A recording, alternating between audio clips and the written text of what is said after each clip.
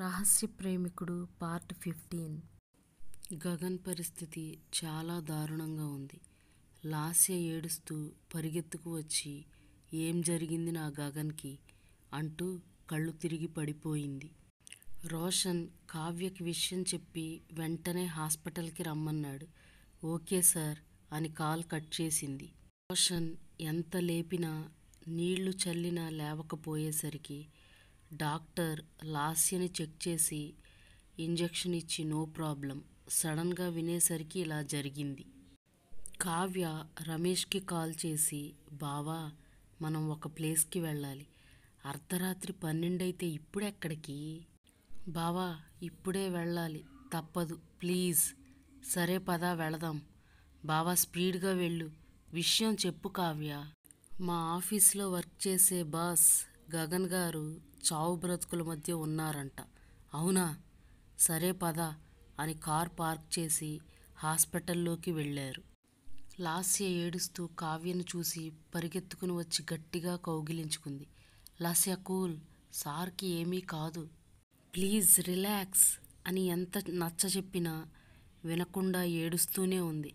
కొంత సమయానికి డాక్టర్ వచ్చి గగన్ కోమాలోకి వెళ్ళిపోయాడు. ఎప్పుడు మామూలవుతాడో తెలియదు, ట్రీట్మెంట్కు బాడీ రియాక్ట్ అవుతుంది అని చెప్పి డాక్టర్ వెళ్ళిపోయాడు. లాస్య పేరెంట్స్ కూడా హాస్పిటల్కి వచ్చారు. కావ్యకి జరిగిన అన్యాయం లాస్యకి తెలియదు, వాళ్ళ తల్లిదండ్రులకు తెలుసు. కూతురు బాధపడినా కొన్నాళ్లకు మర్చిపోతుంది అని ఊపిరి పీల్చుకున్నారు. లాస్యను తీసుకుని ఇంటికి వెళ్ళిపోయారు.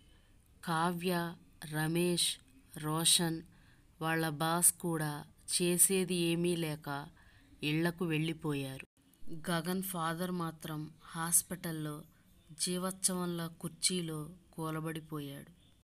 సిఐ రంజిత్ ఎంక్వైరీలో కేసుకి సంబంధించి ఎటువంటి ఆధారం లభించలేదు. ఎంతలా ప్రయత్నించినా అక్కడ ఏరియాలో సీసీ కెమెరాలు కూడా లేవు. నిర్మానుష్యంగా ఉంది. వాడెవడో కానీ చిన్న ఆధారం కూడా దొరకకుండా తప్పించుకున్నాడు అని కేసు క్లోజ్ చేశాడు.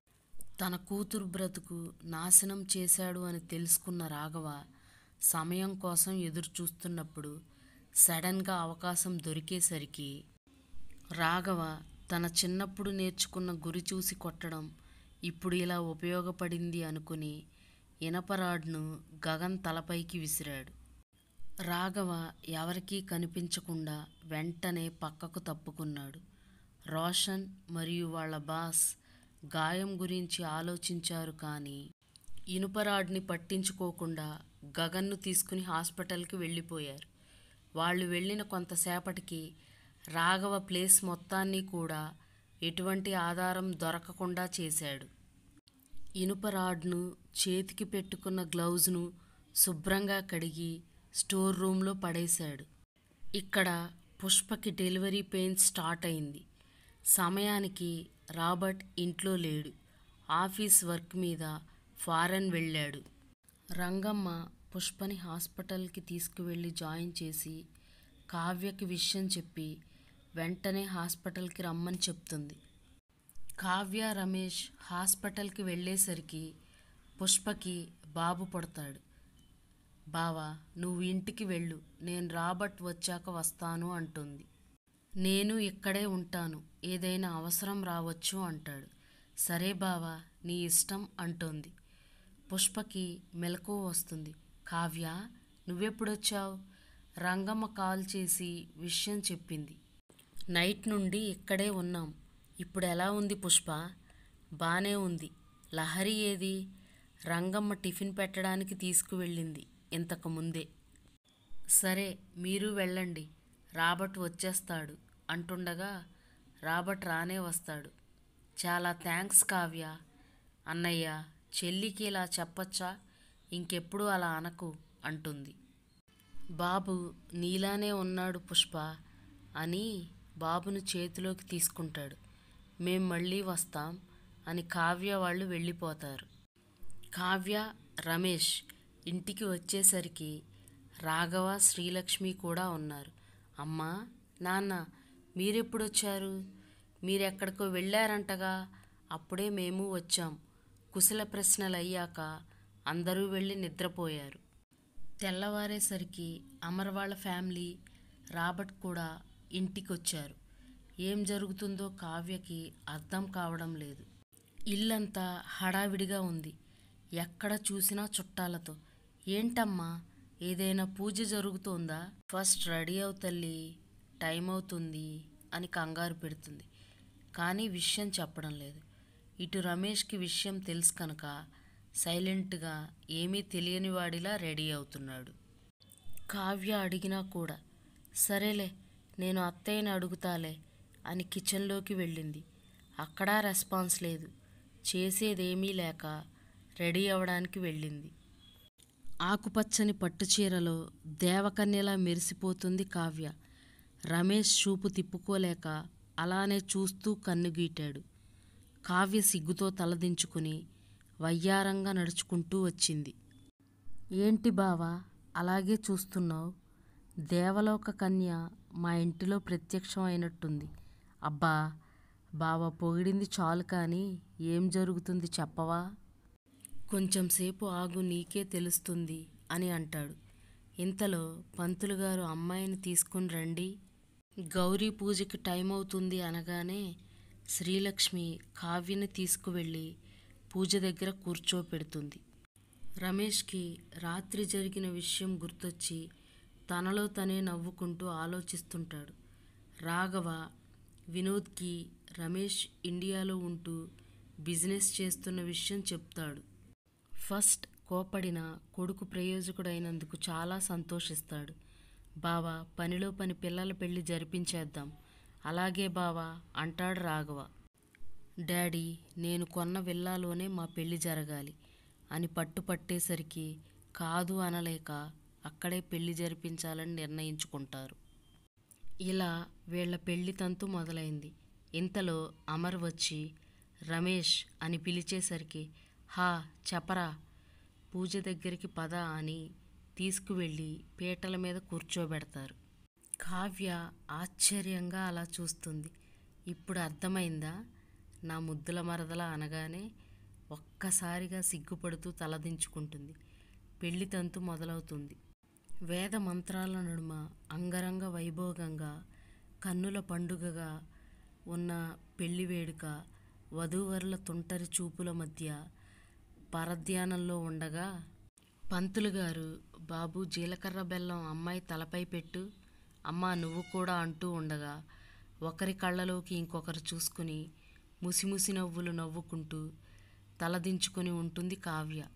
సంతోషంగా పెళ్లి వేడుక జరుగుతూ బంధువుల కిలకిల రావాల అక్షింతలు, మరదలు వరుసయ్యే వాళ్ల ఉడుకుమోత్తనం మధ్య బాజా భజంత్రీల సవ్వడితో కావ్య మెడలో రమేష్ తాళి కడుతుంటే తల్లిదండ్రుల ఆనంద బాష్పాలు, తలంబ్రాల జలతరి వానల పెళ్లి తంతు ముగుస్తుంది. తెల్లారిపోయిన కావ్య ఇంకా లేవలేదేంటి అంటూ శ్రీలక్ష్మి వచ్చి కావ్యని నిద్రలేపుతుంది. ఏంటమ్మా, మంచి కల వచ్చింది, కలను చెడగొట్టావు నువ్వు అంటుంది. కావ్య, ఈరోజు నీ ఇంటర్మీడియట్ రిజల్ట్ అవును కదా అని గబగబా రెడీ అయి పుష్ప ఇంటికి వెళుతుంది. హే పుష్ప, నాకు ఒక కల వచ్చిందే అని మొత్తం చెప్తుంది. అబ్బా భలే ఉందే. ఏంటి కావ్య, కలలోనే మనిద్దరి జీవితం మొత్తం చూసేసావు కదా.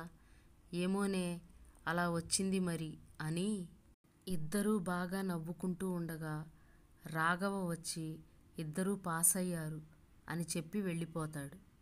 కావ్యకి స్టేట్ ఫస్ట్ వస్తుంది. న్యూస్ ఛానల్స్ కావ్యని ఇంటర్వ్యూ చేయడానికి వస్తారు. నాకు స్టేట్ ఫస్ట్ రావడానికి నా తల్లిదండ్రులే కారణం. వాళ్లే నాకు స్ఫూర్తి. ప్రతి విషయంలో నాకు సపోర్టివ్గా నా విజయానికి తోడ్పాటును ఇచ్చారు అని చెప్పి ముగిస్తుంది. కావ్యకి ఆల్ ది బెస్ట్ చెప్పి వెళ్ళిపోతారు. కావ్య రాత్రి వచ్చిన కలను గుర్తు చేసుకుని అంతా బానే ఉంది, కానీ నాకలా జరగడమే నచ్చలేదు. కలలో అయినా సరే అనుకుంటూ ఉండగా శ్రీలక్ష్మి పిలుస్తుంది. అమ్మా వస్తున్నా అని తల్లి చేతిలో ఉన్న కవర్ తీసుకుంటుంది. ఏంటమ్మా ఇది? మీ బావ రమేష్ నువ్వు ఫారెన్లో చదువుకోవడానికి కావలసిన ఏర్పాటు చేసి పంపించాడు అనగానే నిజమా అని ఎగిరి గంతేస్తుంది. రేపే నీ ప్రయాణం అని చెప్పి లగేజ్ ప్యాక్ చేసుకో అంటుంది. సరే అమ్మా. నిజంగా బావ నన్ను ప్రేమిస్తున్నాడా? అబ్బా, కలలో ఎంత బాగుందో నన్ను రహస్యంగా ఫాలో అవ్వడం. ఇంతలో పుష్ప వచ్చింది. ఏంటే తెగ ఆలోచిస్తున్నావు? రాత్రి వచ్చిన కల గురించి. ఎందుకు అంతలా గుర్తు చేసుకుంటున్నావు? ఏమోనే అలా గుర్తొస్తుంది. పిచ్చి ఆలోచనలు మానేసేయి. సరేలే, నువ్వేం చేస్తావు? నేను నాన్నని అడిగితే నీ ఇష్టం పుష్ప అన్నారు. నాకు కూడా ఫారెన్లో చదువుకోవాలని ఉందే నీతో కలిసి అంటూ ఉండగా పోస్ట్ మ్యాన్ కవర్ ఇచ్చి వెళ్ళిపోయాడు. నాన్న, ఏంటిది? తీసి చూడు. నేను కూడా కావ్యతో కలిసి చదువుకోవడానికి ఫారెన్ పంపిస్తున్నావా? అవును, నీ ఇష్టం నాకు తెలుసుగా. కావ్య లేకుండా నువ్వు ఉండలేవు, అది మాకు తెలుసు. నాన్న అని గోపాల్ని పట్టుకుంటుంది. నువ్వు కూడా లగేజ్ ప్యాక్ చేసుకో అని వెళ్ళిపోతాడు. సరే కావ్య అని ఇంటికి వెళ్ళి బ్యాగ్ సర్దుకుంటుంది. తెల్లవారగానే కావ్య, పుష్ప తల్లిదండ్రులు రైల్వే స్టేషన్కి వెళ్తారు. ట్రైన్లో కావ్య మూడీగా చాలా డల్గా ఉంటుంది. ఎంతో చలాకీగా ఉండే కావ్య ఇలా ఉండడం పుష్పకి అస్సలు నచ్చలేదు. ఏం ఆలోచిస్తున్నావు? మనసంతా చాలా దిగులుగా ఉంది. అమ్మా నాన్నలకు దూరంగా ఉండడం నా వల్ల కావట్లేదు, కానీ భవిష్యత్ కోసం తప్పదుగా అని కన్నీళ్లు పెట్టుకుంటుంది. పేరెంట్స్ కూడా పిల్లల్ని చూసి బాధపడినా మొహంలో తెలియకుండా ధైర్యంగా నవ్వుతూ ఉంటారు.